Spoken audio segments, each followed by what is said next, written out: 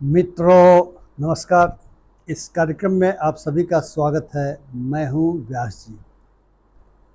अपने प्रशासनिक जीवन में जब मैं फील्ड में पोस्टेड हुआ करता था, sub divisional officer, deputy development commissioner और डिस्ट्रिक्ट मजिस्ट्रेट के रूप में, तो बिहार के विभिन्न गांव में भ्रमण का लगातार अवसर मिलता रहता था। और हमने पाया था कि लोग ये चाहते थे कि उनके गांव का स्कूल यदि कच्चा है तो उसकी जगह पक्की बिल्डिंग बन जानी चाहिए। और हमारे ज़माने में एनआरईपी जैसी योजना चलती थी और हम सभी की प्राथमिकता यही हुआ करती थी कि हम उस योजना के तहत कच्चे स्कूलों को पक्के स्कूलों में परिवर्तित करें। और मैंने भी किया था और काफ़ी लोगों ने किया था। बाद में ऑपरेशन 2 के नाम से एक योजना आई थी शिक्षा विभाग की, और पूरे बिहार में पक्के स्कूल बनने शुरू हुए थे। लेकिन मुझे ताज्जुब होता है कि राजस्थान में एक गांव ऐसा भी है जहां का स्कूल जानवरों के तबेले यानी बाड़े में चलता है और उसका अपना भवन जर्जर है, लेकिन वहाँ के ग्रामीण चाहते हैं कि उनका स्कूल तबेले में ही चले। अपने अनुभव से जब मैं इसको मिलान करता हूँ तो निश्चित तौर से मुझे ताज्जुब होता है कि क्या ऐसे भी गांव इस देश में हो सकते हैं जहाँ के नागरिक चाहें कि उनके लिए उनके गांव में पक्के स्कूल की आवश्यकता नहीं है, शौचालय की आवश्यकता नहीं है, बच्चों के लिए पीने के पानी की आवश्यकता नहीं है, रसोई घर की आवश्यकता नहीं है। और अगर कोई उस गांव में प्रवेश करके इन कमियों की तरफ सरकार का ध्यान आकृष्ट करना चाहे या कराना चाहे तो ग्रामीण न केवल उसका विरोध कर सकते हैं अपितु उस पर हमला भी कर सकते हैं। जी हाँ, राजस्थान के जयपुर ज़िले का नाम आपने सुना होगा। वहाँ के सांगानेर तहसील में गांव है रामपुरा उर्फ कंवरपुरा। वहाँ पे हाल ही में घटना घटी है। काकरोच जनता पार्टी के लोगों ने एक अभियान चला रखा है, इसका नाम है स्कूल ठीक करो। उसके तहत वे रामपुरा उर्फ कंवरपुरा गांव में स्कूल की दुर्दशा देखने दिखाने के लिए पहुंचे थे। ग्रामीणों ने गांव में उनको प्रवेश नहीं करने दिया, ऐसा कहा जाता है, और उन पर हमले किए। उनके गाड़ियों के शीशे ही नहीं तोड़े, उनको बाकायदा मारपीट की उनके साथ। हालांकि काकरोच जनता पार्टी के सदस्य कह रहे हैं कि हमला करने वाले ग्रामीण नहीं थे, वे भारतीय जनता पार्टी जिसका शासन वहाँ पे है राज्य सरकार में, उसके द्वारा लाए गए गुंडे थे। कुछ बाहरी थे, कुछ गांव के भी गुंडे थे। इस संबंध में बहुत सारा वीडियो आ रहा है और उन वीडियोस में कुछ लोग अपने को उस गांव का कहते हुए ये बता रहे हैं कि उन्होंने किस प्रकार से इन बाहरी तत्वों को अपने गांव में प्रवेश नहीं करने दिया। और कई लोग तो कह रहे हैं कि उन तत्वों ने ही हम पर हमला किया और हमें अपना मुकाबला करना पड़ा। कुछ महिलाओं के भी वीडियो आए हैं और बड़े शान से कह रही हैं कि किस प्रकार से उन्होंने इन बाहरी तत्वों को गांव से खदेड़ दिया। यह अपने आप में ताज्जुब की बात है कि गांव का स्कूल तबेले में चल रहा हो, क्योंकि गांव में जो अपना स्कूल बना था प्राथमिक विद्यालय, उस विद्यालय का भवन जर्जर है। कहा ही जा रहा है कि पिछले 1 साल से वो जर्जर भवन है और शिक्षा विभाग ने उस भवन को जर्जर घोषित करने के बाद गांव के जो बच्चे उस स्कूल में पढ़ते थे उनको जानवरों के तबेले में, हालांकि शिक्षा विभाग उसको तबेला नहीं कहता, उसको अस्थायी शेड कहता है, वहाँ शिफ्ट कर दिया। लेकिन जो वीडियोज़ आए हैं देश के जो प्रमुख चैनल हैं, और अभी शायद वो उस तरीके से गोद नहीं बने हुए होंगे, तो उनके जो चैनल आए हैं वो दिखाई दे रहा है कि वहाँ भैंस का भूसा इत्यादि का घर है और शायद वहाँ पे गांव के मवेशी भी बांधे जाते हैं। उस स्कूल में मात्र 18 बच्चे पढ़ते हैं। मैंने थोड़ा समझने की कोशिश की कि बच्चे कौन हैं। जब मैंने सेंसस के आंकड़े देखने शुरू किए तो चूँकि 2011 के बाद तो सेंसस हुआ नहीं है, तो 2011 के सेंसस के अनुसार उस गांव में गांव की कुल आबादी 700 के आसपास थी और कुल घर 142 हुआ करते थे। अब यह 2026 हो गया। अब 2.5% प्रति वर्ष के आधार पे मोटे तौर पर हमारे देश की आबादी बढ़ती है। यदि हम एक मोटा मोटा अनुमान लगाएं तो गांव की आज की आबादी 1000 से भी ज़्यादा हो गई होगी और उस अनुपात में घरों की संख्या भी जरूर बढ़ी होगी।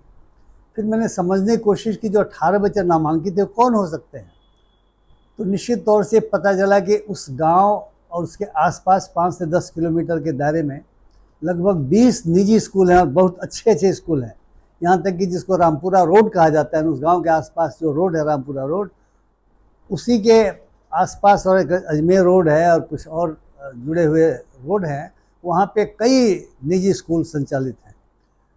जब मैंने आबादी में थोड़ा सा देखने की कोशिश की कि जातियों की क्या स्थिति है, तो चूँकि 2011 में तो केवल अनुसूचित जाति और जनजाति के आंकड़े मिले, तो ज्ञात हुआ कि वहाँ पे अनुसूचित जाति तो नहीं है, लेकिन अनुसूचित जनजाति का आंकड़ा मोटे तौर पर 19% है पूरे आबादी का, और बाकी पिछड़े होंगे और फिर सवर्ण जातियाँ होंगी।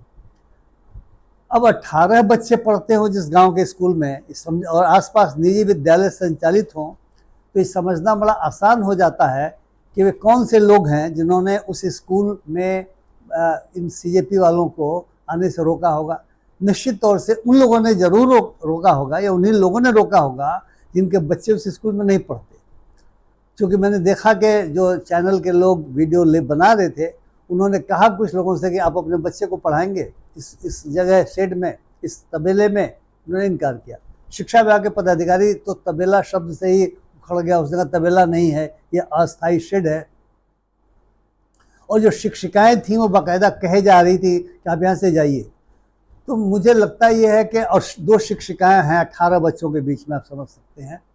तो मुझे लगता है मित्रों, और बिल्कुल ही तयशुदा बात है कि जिन लोगों के बच्चे, जिन घरों के बच्चे निजी और बेहतर शिक्षण संस्थाओं में पढ़ते होंगे, क्योंकि उनके पास धन होगा, उनके पास पैसे होंगे, साधन होंगे, उन्हें क्या फिक्र पड़ी है कि गांव में अच्छा स्कूल बने, क्योंकि स्कूल में जनजातियों के बच्चे पढ़ते होंगे, पिछड़े वर्गों के बच्चे पढ़ते होंगे। 18 तो कुल मिलाकर के संख्या ही है। और क्यों 18 संख्या होगी? क्योंकि ये ऐसे लोग होंगे जिनके पास साधन नहीं होगा ताकि वे बेहतर निजी संस्थानों में अपने बच्चों को भेज सके। सरकारी शिक्षण संस्था अगर बेहतर हो तो निश्चित तौर से जो निजी शिक्षण संस्थाएं हैं उस तरीके से नहीं चल पाएंगी, उस तरीके से आकर्षित नहीं कर पाएंगी। लेकिन अगर शेड में स्कूल चलेगा, अगर अस्थायी जगह पे स्कूल चलेगा, अगर तबेले में स्कूल चलेगा, तो कोई भी व्यक्ति जिसके पास थोड़ा सा भी पैसा इत्यादि हो, साधन हो, खेत बाड़ी हो गांव में, अपने बच्चे को वहाँ नहीं भेजेगा। देखिए, हम तो प्राथमिक शाला में पढ़ के बड़े हुए हैं, सरकारी स्कूल में पढ़ के बड़े हुए हैं, क्योंकि मेरे ज़िले में निजी विद्यालय नहीं था और हमारे परिवार की क्षमता ऐसी थी भी नहीं कि वो निजी स्कूल का खर्चा उठा सकते थे।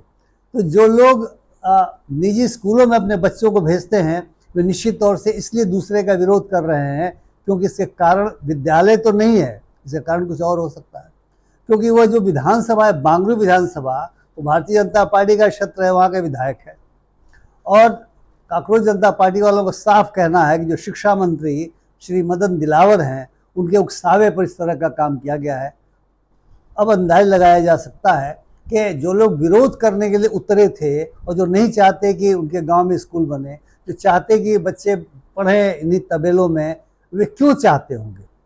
क्योंकि जो बच्चे 18 पढ़ रहे हैं उन घरों के होंगे, जो उनके मजदूर होंगे, उनके खेतों में मजदूरी करते होंगे निर्धन वर्गों के लोग, वे क्यों चाहेंगे कि उनके मजदूर के बच्चे पढ़ लिख करके इस स्थिति में पहुँचे कि वे अब मजदूरी करना बंद कर दें?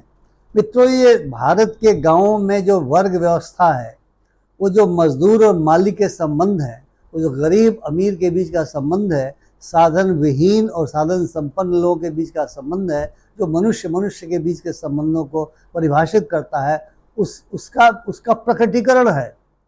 और ये जो ठीक ठाक लोग हैं, वे निश्चित तौर से वहाँ के जो सत्ताधारी पार्टी है उसके समर्थक हैं। इसलिए उनको लगता है कांग्रेस पार्टी वाले आएंगे तो हमारे सरकार के खिलाफ ही जाएगा और हमारी सरकार है, हम उसके सपोर्टर हैं, इसलिए इन्हें आने नहीं देंगे, घुसने नहीं देंगे।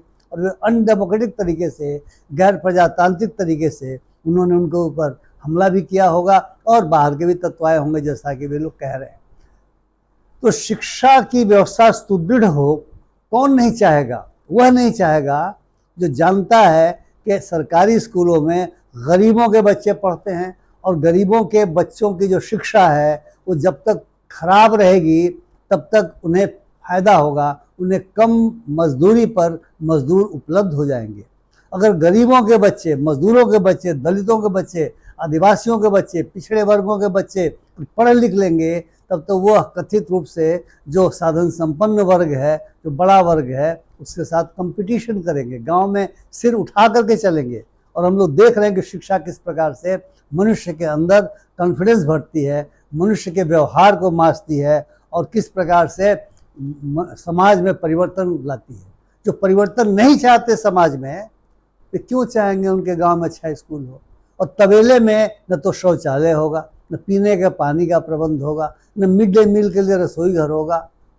और अगर मिड डे मील के लिए रसोई घर कहीं और भी हो तो उनको कौन सा खाना मिलता होगा? क्योंकि जेन अल्फा के नाम से जगह जगह देखा जा रहा है कि जो स्कूलों में पढ़ने वाले बच्चे हैं वे बाकायदा सड़क पर आ जा रहे हैं, कहीं सुविधाओं की मांग के लिए, कहीं मिड डे मील के खराब होने के खिलाफ, कहीं सड़कों के नहीं होने के कारण। उत्तर प्रदेश के लखनऊ में देखा गया, फतेहपुर में देखा गया, हमीरपुर में देखा गया और अन्य प्रदेशों में भी देखा जा रहा है कि ये जो छोटे बच्चे हैं किस प्रकार सड़क पर आ रहे हैं। लेकिन उस गांव के जो छोटे बच्चे बेचारे हैं, निश्चित तौर से वे सड़क पर नहीं आ सकते। उस क्या सड़क पर आएंगे? क्योंकि जो गरीब परिवार हैं वो भी सोचते होंगे छोड़ो भाई, बड़े लोग हैं, ये तो अपने बच्चों को बाहर पढ़ा लेते हैं, हमारे बच्चे को कम से कम क ख ग तो पढ़ लेंगे, कम से कम कुछ गिनती तो पढ़ लेंगे, इसके बियॉन्ड तो कुछ नहीं।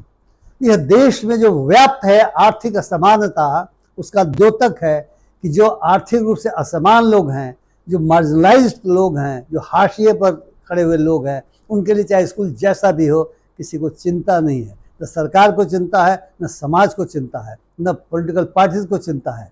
लेकिन जो बड़े लोग हैं, जो साधन संपन्न हैं, उनके लिए तो सारी व्यवस्थाएं बनी हुई हैं मित्रों। इसीलिए मुझे लगा कि अपने अनुभव को थोड़ा सा मिलान करूं कि आखिर इस सांगानेर तहसील के रामपुरा उर्फ कंवरपुरा गांव में जो घटना घटी है उसकी पृष्ठभूमि क्या हो सकती है।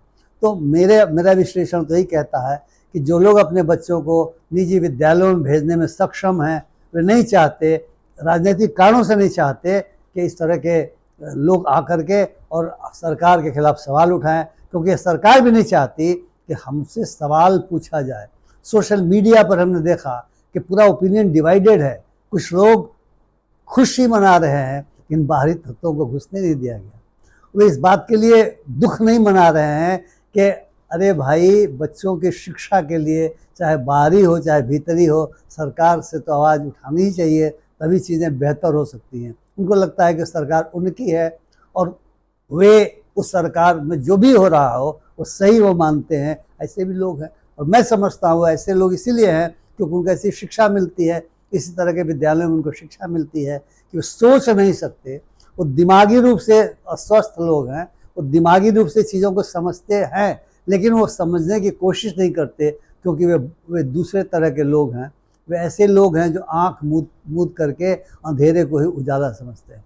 तो मित्रों, मैंने सोचा कि इस घटना पर मैं अपने विचार आपके सामने रखूं। आपके भी अपने विचार होंगे, आप भी जरूर रखेंगे। अगर मेरा वीडियो आपको पसंद आया तो कृपया इसे शेयर करें, लाइक करें, मेरे चैनल को सब्सक्राइब करना न भूलें। बहुत बहुत धन्यवाद। नमस्कार।